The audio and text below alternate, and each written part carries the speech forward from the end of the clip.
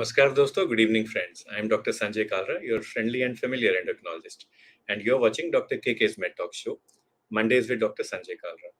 आज के हमारा नॉन स्टॉप शो का 883वां 883rd एपिसोड है. Let's have the headlines for today.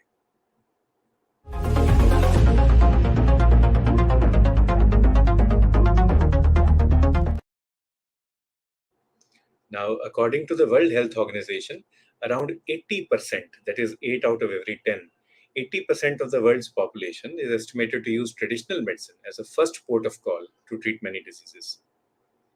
According to researchers, 40% of the most often used pharmaceutical products, चाहे वो aspirin हो, contraceptive pills हो, या artemisinin for malaria control, these are derived from natural substances.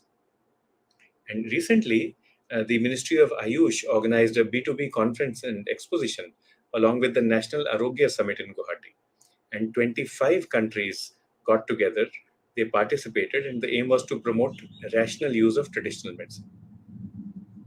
इसको मद्देनजर रखते हुए, keeping this in mind, the WHO and the Government of India have joined forces with an historic agreement to launch the WHO Center for Traditional Medicine. This is a global center, and this will leverage the power of traditional medicine worldwide by integrating it with modern science and technology.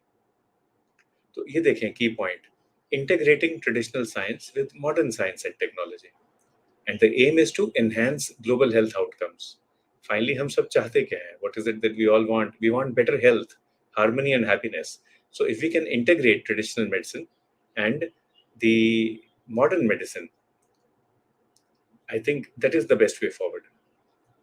The Global Center for Traditional Medicine of World Health Organization will help member countries take measures in their respective countries to strengthen education and practices of traditional medicine, said our Union Minister, Mr. Sarbananda Sonowal. अब इस सब news के बाद let's go to our topic for today. हम ये पहली बार topic discuss कर रहे हैं, I think anywhere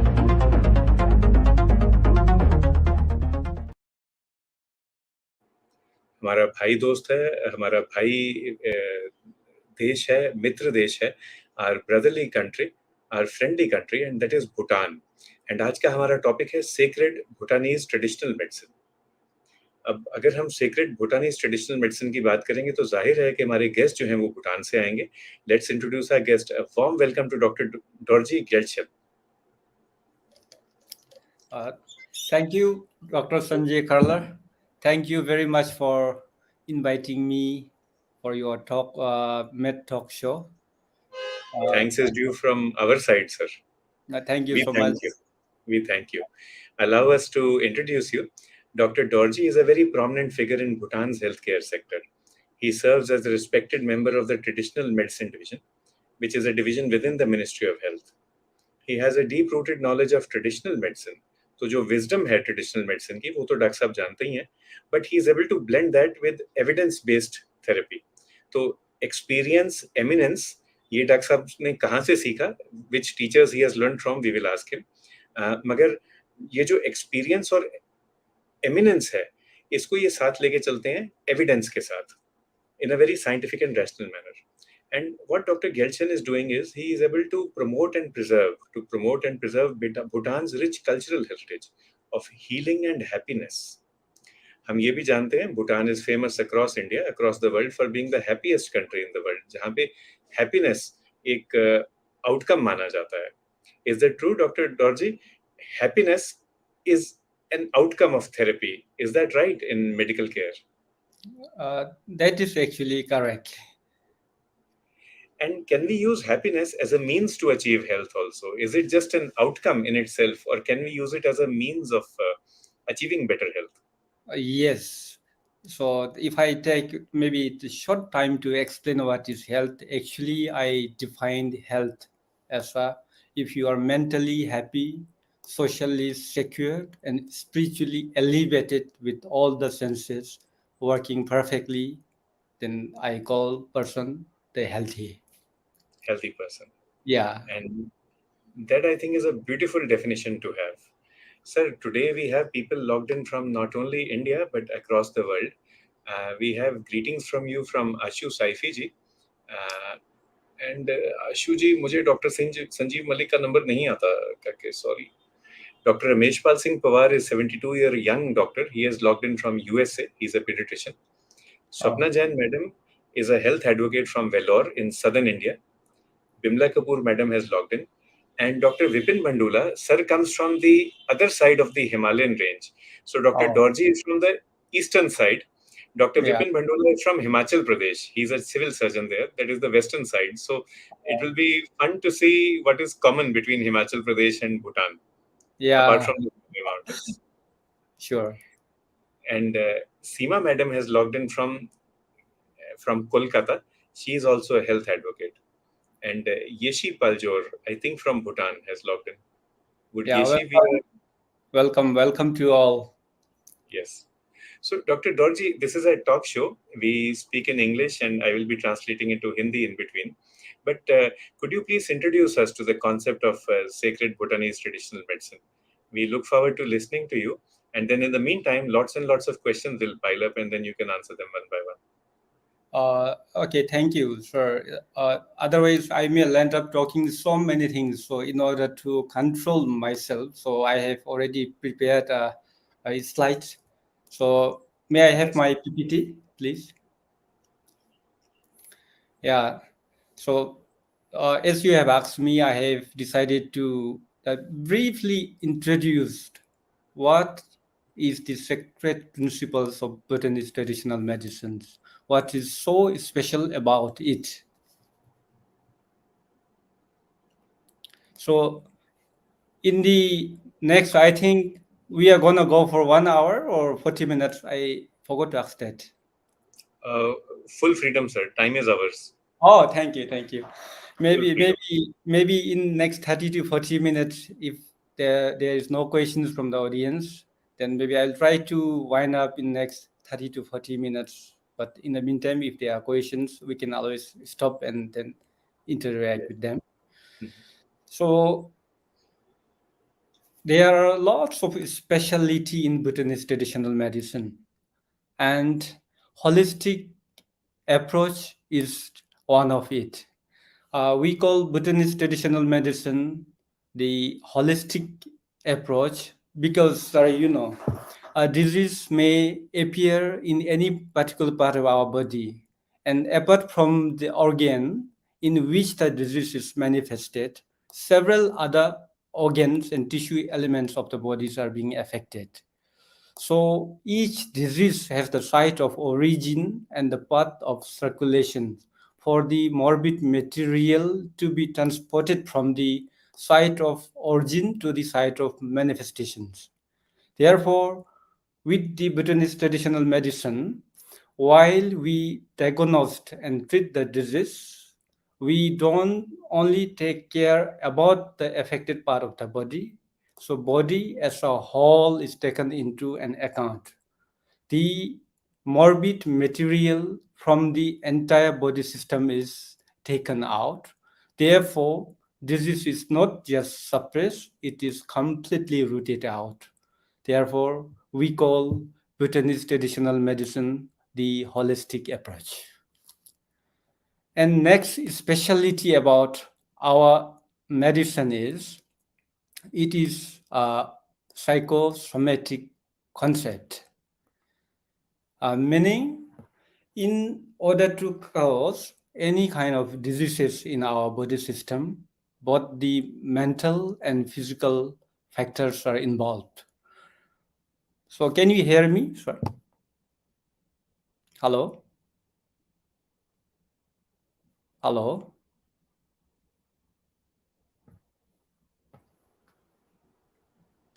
It is perfect, sir. Perfect. Yeah, is it audible? Okay. Yes. The psychosomatic, and so I'm trying to explain the why we call it Bhutanese, why we call Bhutanese traditional medicine the psychosomatic concept. It is because in order to cause any kind of diseases, both the physical and mental factors are equally involved. For instance, the mental factor like anger, passion, and illusion, which we call the ignorance, may constitute the causative factor of the physical diseases. And similarly, the physical factor like bad food and a regimen may cause any kind of mental illnesses. So, because of this psychosomatic concept of the disease, the Bhutanese traditional medicine practitioners, we prescribe many regimens, and even we ask patients to conduct the religious practices along with drugs, diet, drinks, and, uh, and the drinks. So this is another specialty of the Bhutanese traditional medicine. The next specialty of Bhutanese traditional medicine is we believe in the field is more important than the seat. We call it field is more important than the seat, meaning uh, invading and harmful microbes are considered to be the causative factor of all the diseases. But in traditional medicine, it is not the primary factor. We consider that the secondary factor. The primary factor being the disturbance in the equilibrium of these three important things we call Nyabasum, Luzungdin, and Drimasum. Nyabasum meaning the three factors which control the body physiology, so we call it Lung, Thipa, and Baekyan. And in Ayurveda in India, looks like it is called as Vata, Pitta, and Kapha. And similarly in China, they call it Qi, Yang, Yin. Actually, we are sharing a very similar concept. And Luzung Din means the seven categories of tissue elements, which is very important. And these are the nutritional essence, blood, muscles tissue, fat, bones, bone marrow, and regenerative fluids. And dermatome are three waste products of digestion and metabolism. So if we are able to maintain those factors in the equilibrium state, so howsoever virulent the invading microbe may be, it won't be able to cause any kind of disease in our body system. Therefore, traditional medicine practitioners prescribes drugs, diet, drinks, regimens, and even the religious practices to maintain this equilibrium or homeostasis and not to kill the invading organisms. The next, before we go to next slide, actually I wanted to ask you like how many body do we have? How many bodies do we have? Dr. Sanjay, may I ask you how many bodies do you have?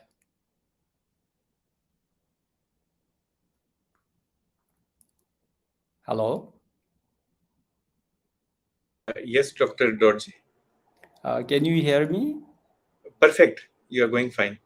Actually, I'm asking you one question. Okay, can you repeat that, please? Yeah, I am asking you how many bodies do you have? BODY. How many BODY. bodies do we have? Yeah, bodies. So there is a physical body that we have. In modern medicine, we look Mm. at the physical body, but psychosomatic aspects are important. And within the psychosomatic body, we have different models that we use in modern medicine. One is the biopsychosocial model. So we can No. say that we have only one body, but it will Mm. have a biomedical or a physical aspect, a psychological aspect, and also a social aspect. We use the word biopsychosocial in modern medicine. We do not use the word spiritual, though many of us, those of us who believe in mind body medicine, we feel that there is a spiritual angle to health as well. Mm. But even after discussing all this, the answer will be one body. So you have got only one body. Okay, right. Then maybe I will share you. So we believe that we have a sixth body. There is something called Dechogi Phungbo, which we call the bliss body, Judegi Phungbo, causal body, Loi Phungbo, mental body, Yuligi Phungbo. These are all theoretical terms. That is called astral body, Barnangi Phungbo, etheric body, and Nyuzugi Phungbo, that is the physical body. One which you are talking about now. So it appears in this form. So if I talk briefly about what is bliss body, for instance, like person have money, property, wealth, everything. They are very rich, but somehow they are not happy. It is nothing wrong with the other body, but something has happened to this body. Actually, that cannot be seen with like the tomography scans or any other machines. In order to see that body, we have to really reach another level. So I think you must have seen or come across the people who are very rich, who are very popular, who have everything, but they are not happy. It is not wrong with him or his physical body. When something happens to this body, person becomes like that. And there is also something called causal body. Like some child are born very intelligent, they really top the schools, they really do good with all kinds of examinations in the school, but sometimes in their life when they go to college or maybe a higher education, then they are not really able to perform the way they had been performing during their like lower secondary schools and all. It is not wrong with him, but something has happened to his causal body. So we have to look it on it. And there is another body called mental body. Nowadays, everybody is working hard on the mental health, so that can be related to that too. And another body is called the astral body. You must have even experienced that while while we are sleeping, sometimes we shake our hand, sometimes we shake our leg, right? It is not the physical body, it is actually the astral body that is shaking you, and it is the astral body that makes your body to move. And this actually control the emotions of the person. Like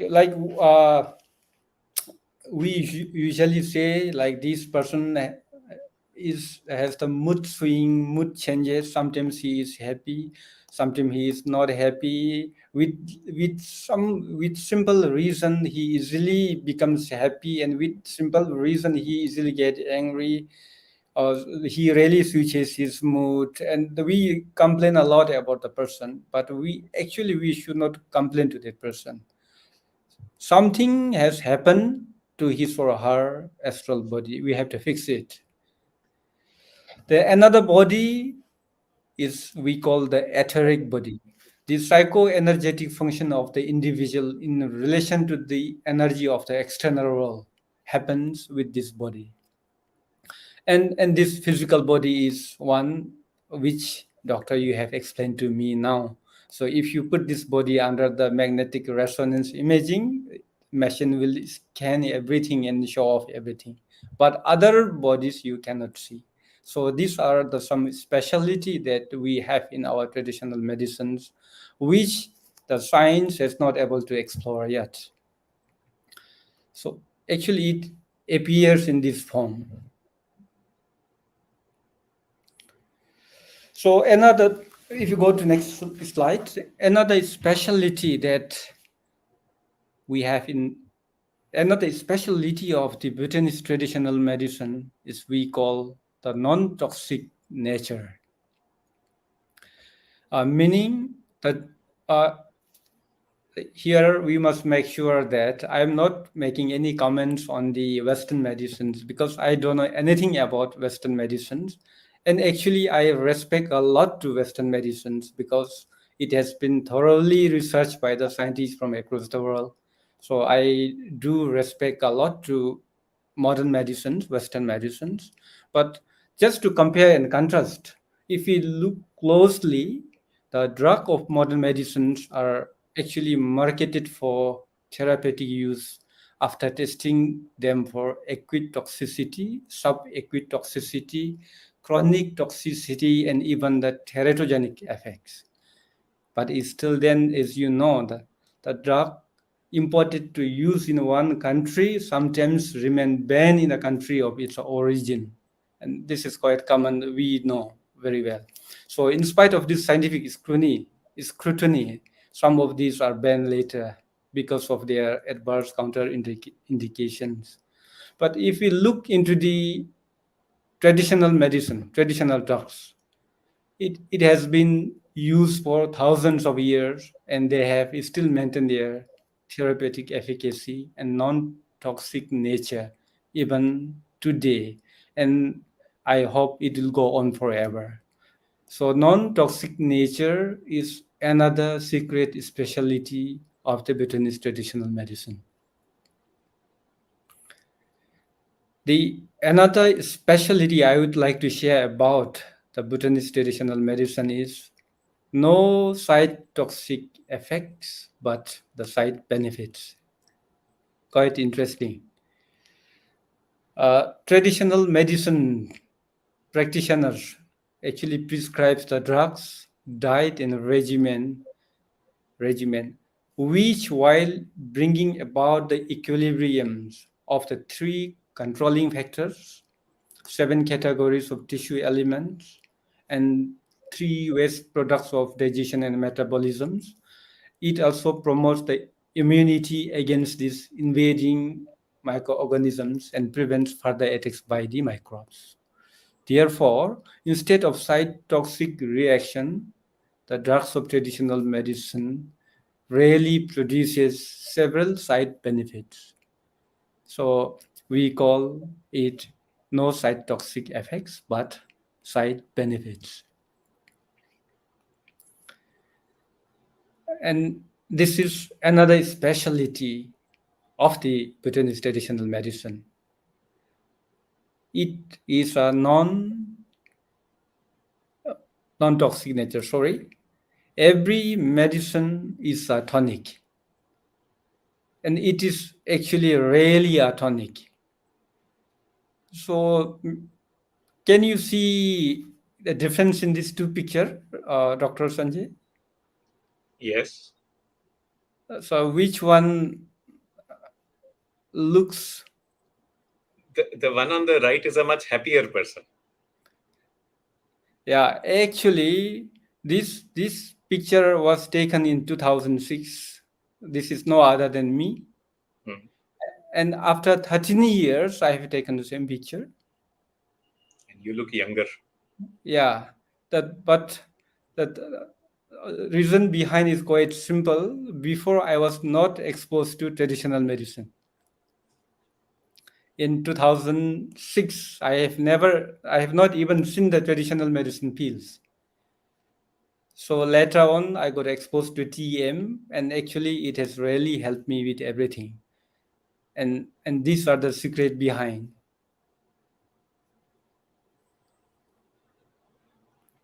So that is why we call every medicine is a tonic. The primary aim of traditional medicine is to maintain the equilibrium among all the functional and structural unit of our body. It does not aim at killing the invading microbes. Therefore, all of them works as a tonics. The recipes are equally useful for both the patients as well as healthy person. Everybody can take it. So in the beginning, like it work in the beginning, these recipes actually cure the diseases, and later part of the days, it work as a tonic for the body. Even the toxic ingredient like aconite, mercury, sulfur, and arsenic work as a tonic. As these ingredients are carefully detoxified and made homologous before we include it into the recipe. So all the drug that we use to produce our medicines are natural ingredients. So this is another specialty of the Bhutanese traditional medicines. Like the raw drugs used in traditional medicines are natural ones. We don't use synthetic drugs or isolated fractions like alkaloids and glucosides. But we know that in the raw materials or in the plant, whatever we use to produce the medicines, we know there are naturally alkaloids, etc., in the plant. But and we also know that use of those things is very hazardous. The use of these active principle alone, in addition to curing diseases, may produce adverse effect. We know that, but good thing is, in the same plant, there are other fractions which counteract the harmful effects of these so-called active principles. And sorry, you know very well that traditional medicine is a multi-component drug, and I really don't know about the Western medicines. And we use so many plants and natural ingredients. And if you look into one plant, there are thousands and millions of compounds in it. And then we use as many as 170 varieties of ingredients to make a pill. And if you look into the formularies, there are like 10, 15, 20, 30, 50, 60 plants blended together with the different proportions and ratios to produce the medicines. Therefore, in traditional medicine, plant is never used for its alkaloid content, etc. It is purely selected on the basis of its taste, six tests, eight potencies, and there are something what we call these 17 defining characteristics.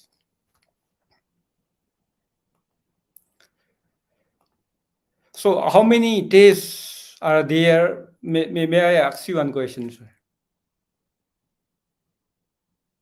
So Dr. the Sanjay? tastes, I think there are five. Yeah, salt, sour, bitter, then astringent is separate, and of course sweet is there. Hmm? And we have different parts of the tongue.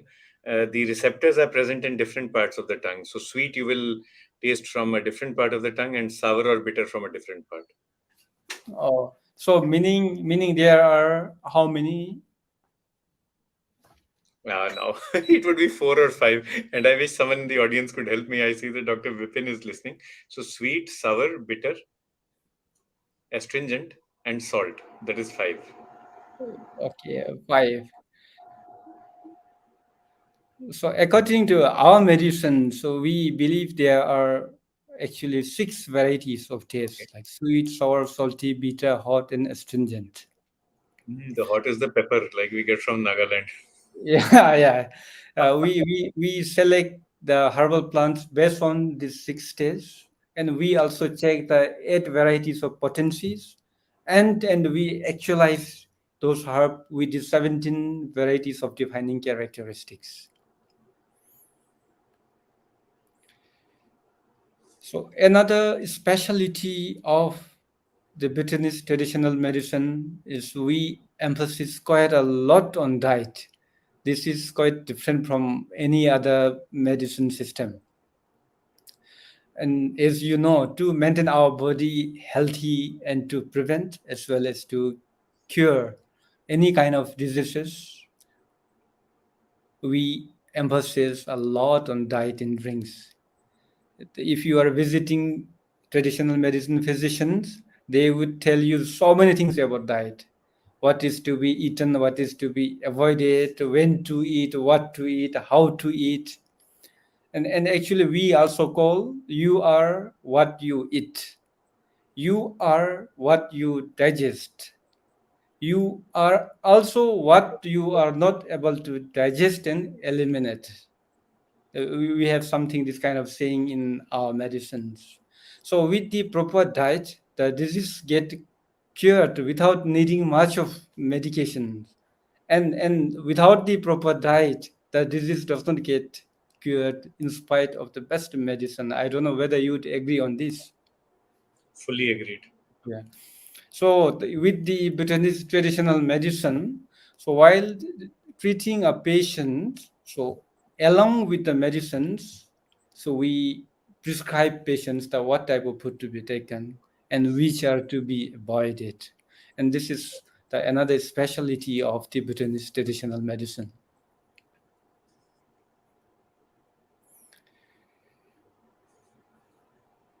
The interdependence of microcosm and macrocosm is the actually we should plan another talk with this one topic. This is a very big topic, and it is very hard to explain everything in short period of time. And and the individual is a microcosm, and it is an exact replica of the macrocosm of the universe. Actually, this is a very very big and vast topic, which we should be taking it as another session, maybe separate session. So every phenomenon of the universe takes place in the individual, and every activity of the individual actually affects the universe.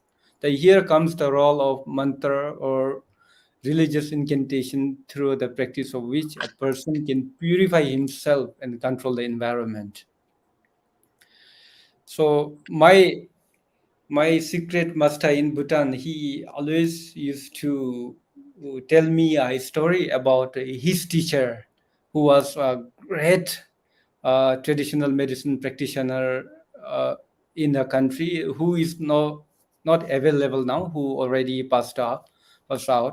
And actually, they are from the eastern part of Bhutan, and they live in one village. I don't remember the village name of the village. And that in particular time of the year, they receive what the huge wind blows, and the wind actually blows away their roofings.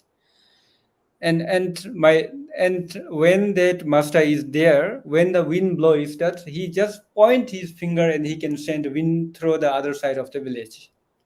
And that is something what we call control over the environment. So in order to reach that level, we need to do so many things. I really cannot do that now, but I don't know whether there is one who can do this nowadays. So these are some of the specialty that we have in our medicines. If we practice it, there are many things to be done. So simply getting certification from university alone is not at all enough to become a good doctor with our medicine. So these are the history of the olden days. Olden days, they really had a wonderful doctors, but nowadays I really don't know about the others. For me, I really cannot do that. Forget about the controlling the wind and all with the finger. I even cannot control the dogs. Yeah. Next is specialty with our medicine is we believe in karma.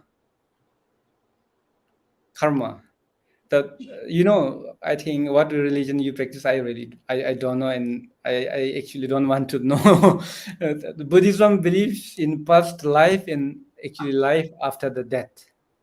So karmic action of the past lives are actually consumed in that life itself, and some of the action of the past lives are carried forward in this life. And it actually causes the obstinate and incurable diseases.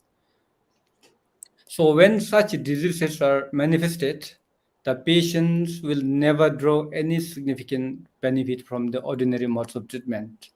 You refer patients to any high-end hospital in the world, patient will still not be able to recover from their illness. These are the diseases being caused by the karmic actions.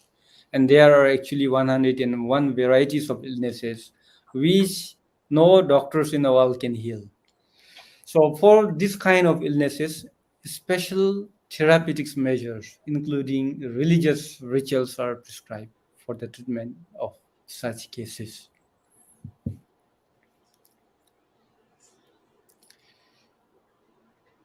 So if you really try to conclude what is the Bhutanese traditional medicine, we also call it the traditional medicine is a conglomeration of the science, art, philosophy, and religion, which is interwoven into one fabric and term as Soerikpa. So without the one, other two are actually incomplete. So for a person to be happy and healthy, the practice of religious prescriptions is considered very, very, very, very important. So here, when I talk about the religious practices, it doesn't necessarily have to be the Buddhism alone. The one can practice the religion of his or her own faith and just lead a spiritual life. So this is actually emphasis both for the patients as well as the physicians. So, and another question. So, do you think is our medicine scientifically proven? This question, Yes. to be honest, Dr. Georgie, I'm learning about Bhutanese traditional medicine for the first time. And one thing that has happened in the last half an hour, I've begun thinking, are the books available in English so that I can buy them and read them? I don't think so. Maybe we can work together to translate or write some books in future. Yes. Uh, That will So be a good service for mankind. yeah, yeah, definitely. So if we ask, is Bhutanese traditional medicine scientifically proven? So it is absolutely no. Actually, I used to joke with friends around when they ask me, "Is your medicine scientifically proven?" I used to tell them, I actually tells them, scientifically it is not proven, but herbally it is proven. This is the joke that I create with the friends. It is not at all proven scientifically, but if we really look into the facts, uh, this is what we believe, and this is actually we. I don't know whether Dr. Carla you would agree or no, not, but this is what I believe. The facts in the nature has no perspective, and facts in nature are actually the beyond our capacity. Facts in the nature are actually beyond the human capacity. And I also believe facts from the discoveries depends on the perspectives.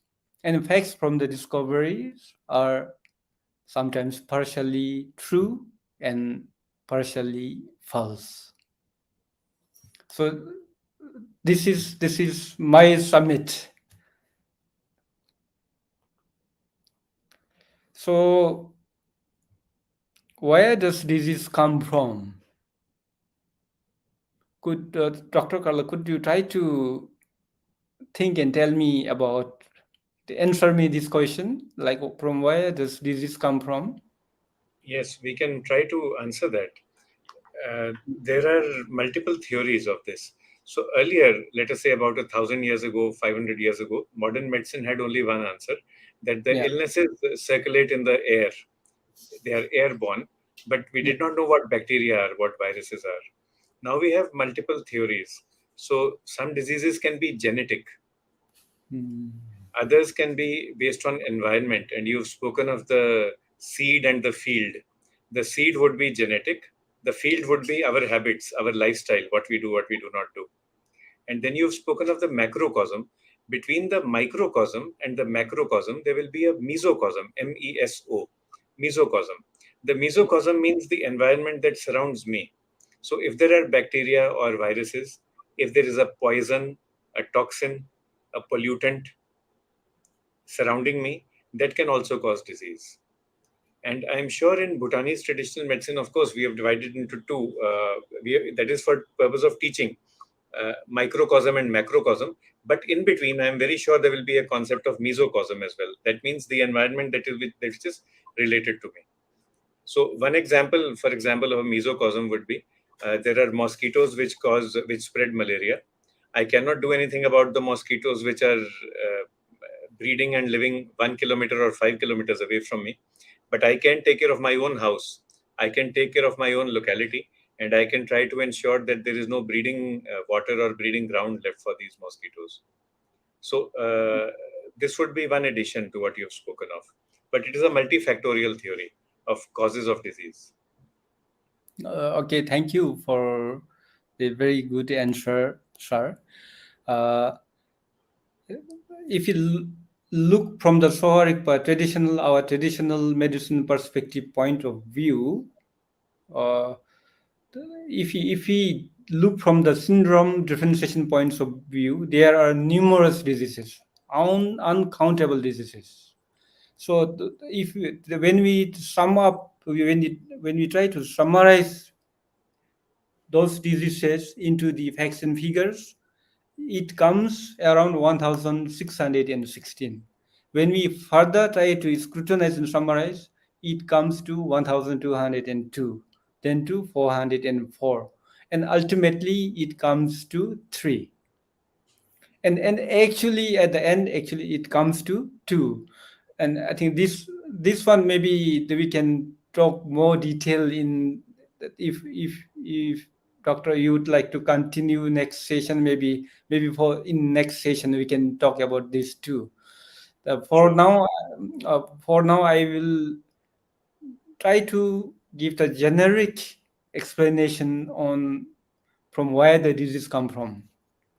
So I have just copied text from the book, so that you can that viewers can also have option to see our language Yes. here. It is said Dochoktor Jurbe Mulidi Mulichang, meaning even though we possess precious human life, which makes us supreme among all other beings. But Marik Tulpe Wangi Korwacham, it is through the process of ignorance and illusions we are drifting into this cyclic existence. It says Timu Wangi Chuyin Jumashi, under the influence of delusion, we are not able to identify what are the qualities and defects are. Then it says Dirpe Wangi Dikpe Lemangchet, through the co-erection of our attachment to desire, we are forced into so many negative actions. Then it says Shedang Wangi, Shenlat Ne Dutsu, through the anger and hatred and intention to harm others develops. Thakdok Wangi, Thola Densem Get, it says, rivalry and competitiveness makes us very jealous. Ngagilongi mala kedu sit, meaning arrogance and pride humiliates the weaker ones. Rikpa Champes, Somba Kunla Juk, which is quite interesting. Our sharp intellectual prowess makes us indulge in all kind of samsaric and worldly concern activities. So Dodin Chungis Yingi Sidmanyet, meaning with our meager knowledge of the true essence, the ultimate happiness is not at all achieved. So Lenin Bakchak Juntik Sakbayi, it is accumulated through the turbulence in the continuum of bad karma. Korwei Kajut Lungin Nasok Lang, for the various activities of samsaric life have come into an existence. Meaning, therefore, the karma and humors result in karma and humors, karmic action of the past lives and humor. As I have explained in the beginning, we call lung tipa and back in our medicines. And in Ayurveda, it is called as vata pitta kapha. In China, it is called as qi yang yin. So, uh, therefore, the karma and humors result in Shibjetsaji Nedudakpai in 404 varieties of widely known diseases. That is why Dewey Berkamebra Lissimdung, we are constantly being tormented by suffering because body and mind are not at all free to experience the happiness. So this is indirect way of explaining from where the disease come from. And with this, I would like to suggest you about next session. So in the next session, then I will try to go into the detail, like what is the root cause of all kind of diseases, and in relation to the microcosm and the macrocosm. So in the next session, then I will try to reveal out more so that the audience or viewers can have better understanding. This So is a yeah, it's a perfect idea because we also understand that if it is sacred Bhutanese traditional medicine that has been, it has taken centuries to evolve. We cannot learn it in 40 minutes or in 1 hour. It will take many, many episodes to learn. But whatever you have shared, and our topic for today was principles of Bhutanese medicine, traditional medicine. Those principles are very clear. Some of them, they are the same as those in modern medicine, and some seem to be a more evolved form of modern medicine. Some of them are similar to Ayurveda. The names may be different in Sanskrit and in Zonka, but the yeah, concepts are similar. And some are beyond Ayurvedic medicine as well. For example, when you speak of the six bodies, so I am also not perfectly trained in Ayurveda, but I do not think we have this concept of six bodies in Ayurveda. But when you speak of it, it makes sense. yes, yes, yes. So actually, it is really difficult to summarize entire text in to present in the short period of time. So I studied Bhutanese traditional medicine for 7 years, and that was my formal schooling for the certifications. Then I went to my. I have to be very honest. I'm honestly speaking. After graduation, I can give hundreds and thousands of theory, but when patients come in front of me, I was not really able to heal the patients. Then I went to my secret master, who was already superannuated from the service, and his name is Levi Dunso Purvachering. Then I call him my root guru. My root guru told me, your 7 years of learning is not at all enough. If you learn the Buddhist traditional medicine, even if you spare your entire life, you aren't finished. So this was the word given to me by him. Then I went again to his place and I approached him to continue learning privately with him. So I studied with him for total of 7 plus. It was 11 years together, and finally my master gave me like his handwritten certification last year. And but I still don't know anything. Sawarikpa is really profound. It is really what to say. It is really a large world, and it is very difficult to sum up to present in a short period of time. One question is that in Bhutan, is there a formal method of getting certification? Like in India, for example, we have CCIM, Central Council for Indian Medicine, and we have Ayush Ministry. Uh, they take care of all the Ayurvedic colleges, the Unani, the Siddha colleges in the country. So, do we have a central body in Bhutan, and do we have a medical college for TBM? Yes, very good question, sir. Yes, we have the traditional medicine college called. It is under the medical Gesar Gyalpo University of Medical Sciences of Bhutan, and there we have the Faculty of Traditional Medicines, where the physicians and like diploma courses are being offered. So I studied there for 7 years, and I graduated in 2016. But my learning continued with my root gurus, and actually I'm still learning from even from today. I'm here in China, and I always consult my root guru whenever I have doubts. I'm still learning, and I think my learning with my root guru would continue for maybe unpredictable years. Dr. Dorji, the learning will continue throughout life and in the next life as well. That is your karma. Yeah, There is, we have lots of questions and comments, but I just cannot resist sharing a Multani blessing with Dr. Dorji. So, Dr. Dorji, Multan is a district in Pakistan, present day Pakistan. That is where we are from originally.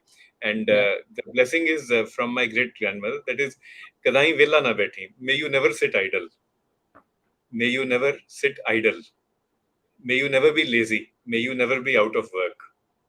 Oh, So, I just committed myself never to be lazy. idle. Yes. So, that is the Yeah. blessing from Multan, from Okay. Pakistan for you. Oh, thank you so much. Thank you so much. Thank you. Yeah. Thank you for the good blessings. We have a lot of questions if you can take them one by one. Vidyasagar Kumarji says, Sir, can we say that food is a medicine and the body itself knows what it requires, what it does not require? That is very, very, very good question.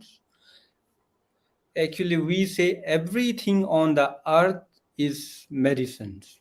Everything is a poison, but those discriminates.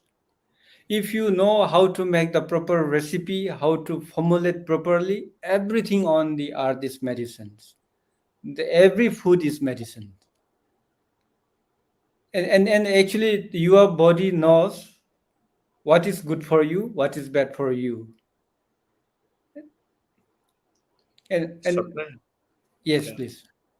Swapna Janji says that today I have learned that in Bhutanese traditional medicine we have six bodies and six tastes. There is also a strong emphasis on diet, lifestyle, and mind style. So, lifestyle, the Hindi word is dincharya, daily routine, what you do. But mind style means what your beliefs are, what your thoughts are. So, sir, any comments on this? Mind style and lifestyle, are they always concordant with each other? Or sometimes they can be discordance. Can that also cause disease? Yes. I have already defined what is health from my own point of view. Like to be called as a healthy person, one should be mentally happy, socially secured, spiritually elevated, with all the senses working perfectly. Yes, there are many things that needs to be done with the mind. Even if you have everything fit, and if your mind is not fit, you will still not be well. So there are many things to be done with the mind. So we Is really cannot teach everything now. It will take now long time. what is Maybe we yeah. can do in Is personal chat. is there a Zonka word for mind and for mind style? Yeah, maybe briefly I would say it as a gene. Gene. That is mind. Yeah. And mind style or the process of the mind, would there be a word for that or we have to create one? No, the mind means actually in Zongha we call the same, but that has to be tame and that is to be trained with the something called gene. Okay, so that is like mind gymnasium. So that is Yeah, another word that we use because yeah, gymnasium, the word gym appeals to younger people, to younger boys and girls. So the same way that you go to exercise your muscles to strengthen your bones, you go to the gym, you go to exercise. yeah, Similarly, you have to exercise your mind as well. And the word that Dr. Georgie is using, you have to tame it. So yeah. thank you, Dr. Georgie. Yes. Thank you. Thank you. Vidya Sagarji has another question. Sir, anything in Bhutanese traditional medicine for people who are underweight, for people who want to gain weight? Can you share some best practices with us? Uh, People, those who are not able to gain weight, right? Question is, Yes. yes, we have to actually, it could be due to many reasons. We cannot, I would like to share one more thing with the traditional medicines. For instance, if 10 person comes to physician with same complaint, there will be 10 varieties of prescriptions.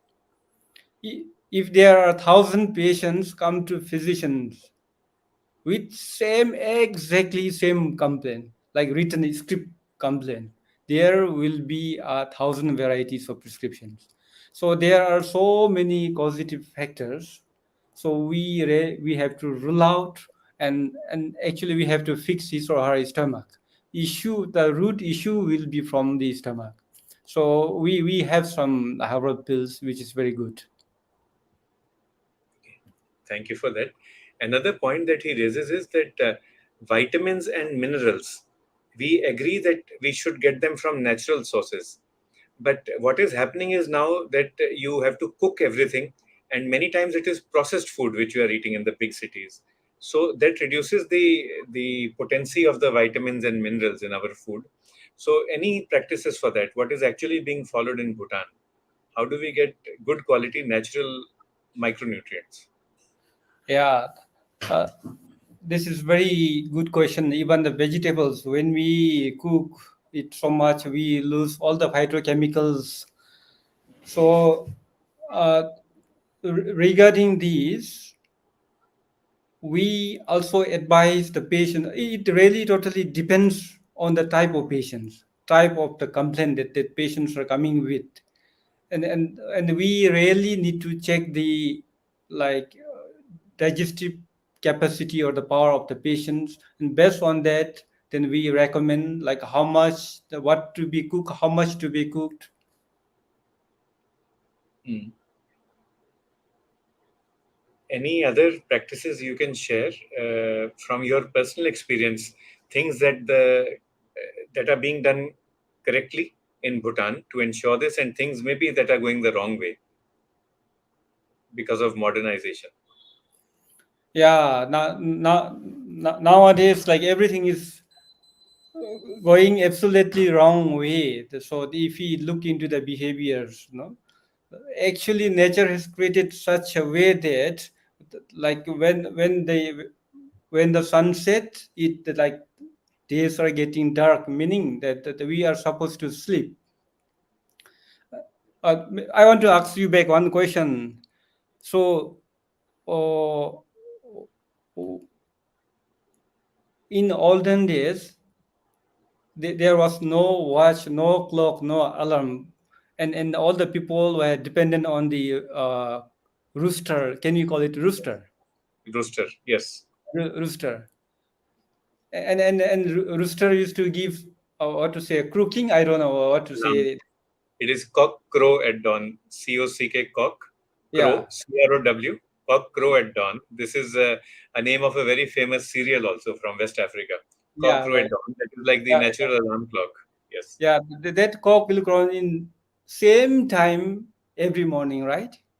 Yes. So who wake up that cock? Yes, that is a good question. Not me, but that is nature, and Yeah, it is I want the to come to this diurnal point. rhythm. Yes, Yeah. Maybe I'll try to put in this way, like dark and light. Night is dark, right? Day is light. yes, When the like in certain time before the sun, actually sun comes to our place before sunrise. Actually, that and before sun is 2 hours prior to sunrise. Sun all each natural waves already reaches in the earth, on the earth, and when the dark and the bright switches each other, there comes one there will be there is actually there is a wave, and that waves are being felt by the birds, cocks, and all. So when they feel that wave, then the cocks they crow. Even you must have heard the birds chirping early in the morning. yes, When the dark energy and bright energy, when they switch each other, then there is actually that it's very hard to explain. These things are not visible, which we cannot see, and which we really cannot show. Actually, there is a flow of energy in that particular moment of the time. So that wave or energy are being felt by those birds and cocks. So then when they feel that energy, then birds, chips, and then cock they give the Crow. sound, crow, Yes. crow. So similarly, in olden days, even the human being used to feel that, but we, the human being, are not able to feel that way because we our body system has already become a trash bin. We eat what is not at all good for the system, and we nowadays we eat everything like processed, chemical based, packed, packaged, and which is actually not at all good for our systems. Actually, this form is made by the five natural elements, and it should be nourished with the natural and organic foods, but I think that we are just going against it. And even the timing of the sleep, when the sun sets, we must go to the bed, and we should get up before the sunrise.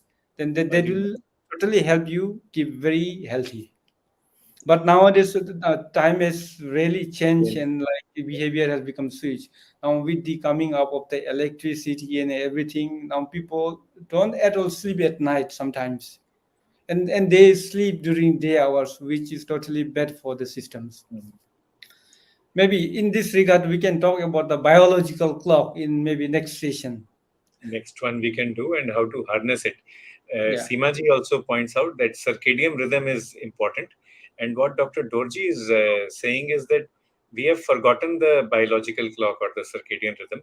Even the birds and the chickens are better than us. They are able to follow it. And now I'm yeah. reminded in the morning when I wake up, actually, I wake up to bird music, to the sound of the birds chirping near my home. And I think I should make an effort to wake up earlier also. Dr. Dorji, we had a blessing for you from Multan in Pakistan, but we have a good evening for you now from Dr. Altaf Chima. Dr. Okay, thank Altaf Chima is a you. physician in Lahore in Pakistan, so good evening from him. Good evening. And Dr. Naresh Dalal points out, he says, thank you for your explanation. There are 7 types of Prakriti. Prakriti is a Sanskrit word which means nature, natural form. And Vikriti means the current condition of a particular individual. So different types of Prakriti or nature are there which influence our Vikriti or current status of health. And he points out that science has not explained everything yet. So even if, like you say, there is no evidence behind TBM, there is a lot of experience. Even in modern medicine, we do not have answers to everything based on evidence. We are still learning. For example, just till about 10-15 years ago, the pineal gland, which is called the Tisri Aankh in Hindi or the third eye in English, we used to think it is a vestigial organ. But now we know it produces melatonin, that is a hormone, and we know that melatonin regulates our dark and light cycle and also many other things. Sir, one question from from Mr. Aluwalia. Pawan sahab पूछते हैं, my son is 25 years now. He was diagnosed with idiopathic, that means there is no cause. Adolescent, which means it occurred during young age. Scoliosis, that is a deformity of the spine. The curve has not deteriorated, the spine has not worsened, it has not improved for the past 10 years now. Could you comment on what causes this? Can we use the karmic theory to explain what has happened to Junior Alwalia sir? Is it a congenital or It is postnatal? idiopathic. Yes, there is no reason for it. We have not been able to find a reason. uh, I cannot tell it. It is a karmic cause because I haven't seen the patient. We really have to see it, and then rule out what is the cause and condition. We have to feel the pulse of the patient, and there are so many ways of diagnosing the issues. And quite interesting thing is we even diagnose the patient's condition through the smell, but it is now it has become quite hard nowadays. People come to physicians with the perfume, makeup. We also make diagnosis through like facial experience. So unless we do the proper checkup or diagnosis, we cannot tell him or her it is the karmic cause something something. We cannot say it now. Okay. Thank you. That makes sense. Dr. Vipin Bandula asks if you can share examples of herbs that are used in Bhutanese medicine. He gives some examples from Ayurveda, like Arjun tree. The bark of Arjun tree is cardiotonic. Basil and mint leaves, they have alkaline nature, and Brahmi leaves are used as a tranquilizer. So these are drugs that are commonly used in folk medicine and Ayurvedic medicine in India.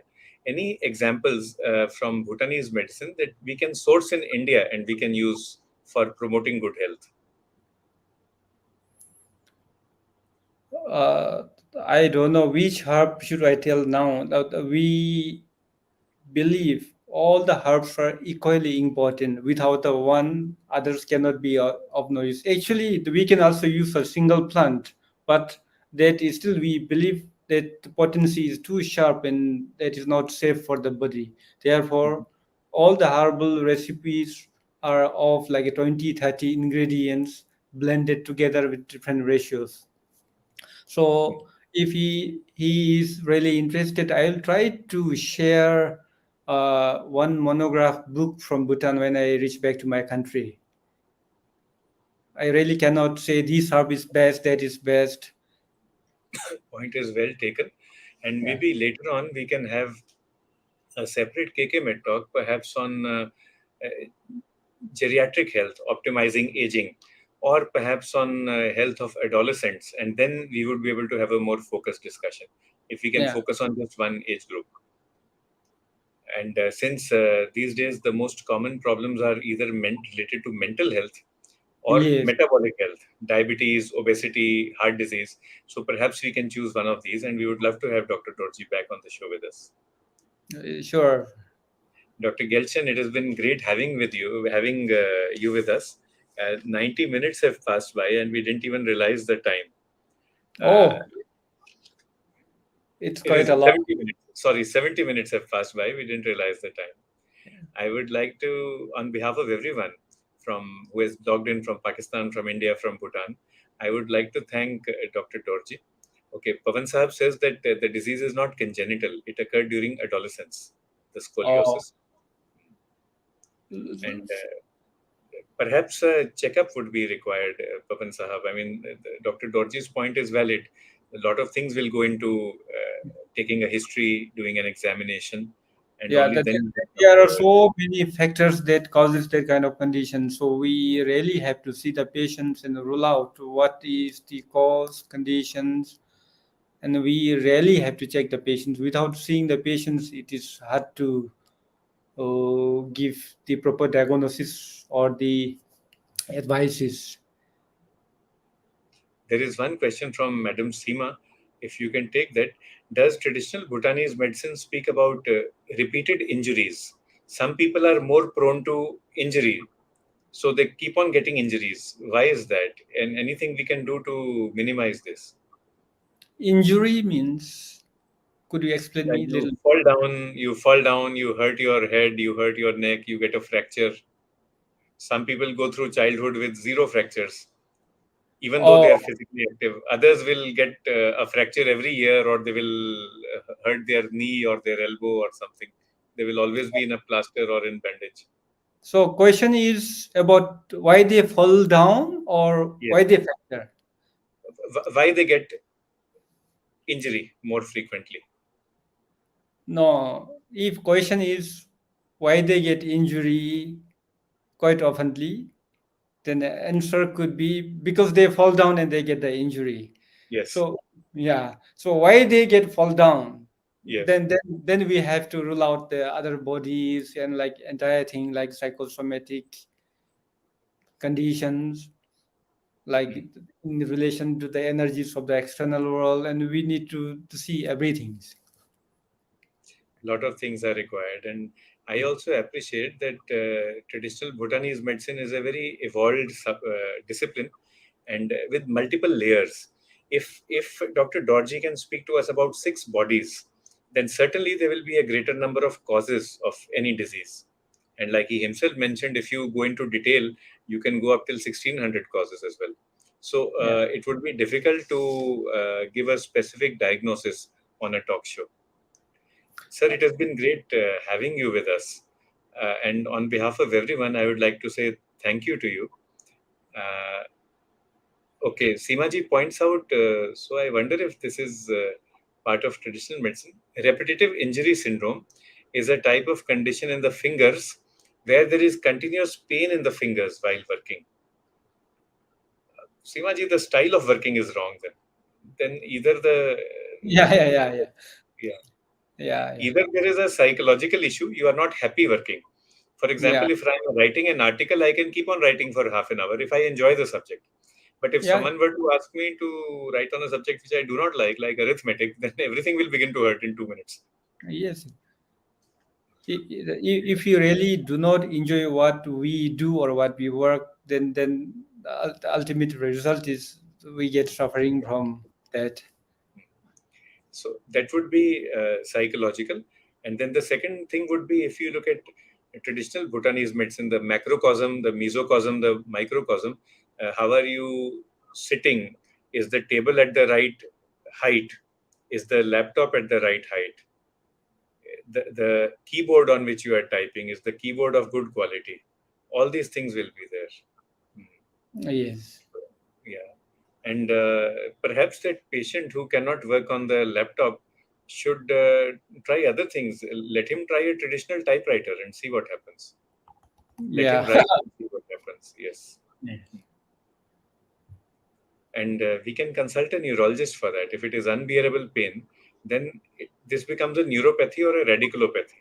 So Yes. investigation will be required, and the neurologist may wish to do an X-ray or even an MRI of the cervical spine, and that will help. So an MRI of the cervical spine should be done before you can call this idiopathic or psychosocial. But sir, it has been great having you with us. I apologize that I was not able to learn any Zonka. One word that I know is kadrinche. Thank you Oh, very much. Karinche, thank you so much. Thank And you. we have Faraz with us backstage. He takes care of us. Faraz, would you please like to share certificate of appreciation and a certificate of kadrinche for Dr. Dorji Gelshan, please? Oh, thank you so much, sir. Thank you so much. Thank you, sir. Thank you It so has been much. great. You've opened our eyes, our minds to a totally new aspect of health. And Thank you we so look forward to having you on the show again with us. Sure, but it is very difficult to sum up and present in few words because the Bhutanese traditional medicine is, as I have mentioned earlier, it is really profound teaching, and it is very hard to sum up and present it in short period of time. The ideal would be to do one topic at a time. Either we do a disease based topic like mental health or Yes, yes, obesity, that diabetes, would be nice. That would yeah. be nice. Or we do phase of life, children, adolescents, Yes, pregnancy, young adults, elderly adults, either that. yes, And yes. we That should would be take this nice. dialogue because there are so many things that we are able to learn from each other. So today, actually, I was trying to sum up everything in short period of time, and actually, that has even confused me sometimes. We are very happy because the principles are very clear. A Yes, good focus on mind body medicine, on holistic medicine, on yes. person centered care. And I would like to add a very humble Dr. Dorji has been very humble and very kind to us. And this humility is something that endears you to all of us. With this, I would like to thank you once again for being with us. Thank you so Jai much. Bhutan. Yeah. Thank Jai you so much. Bhutan. Jai Hind. Thank you.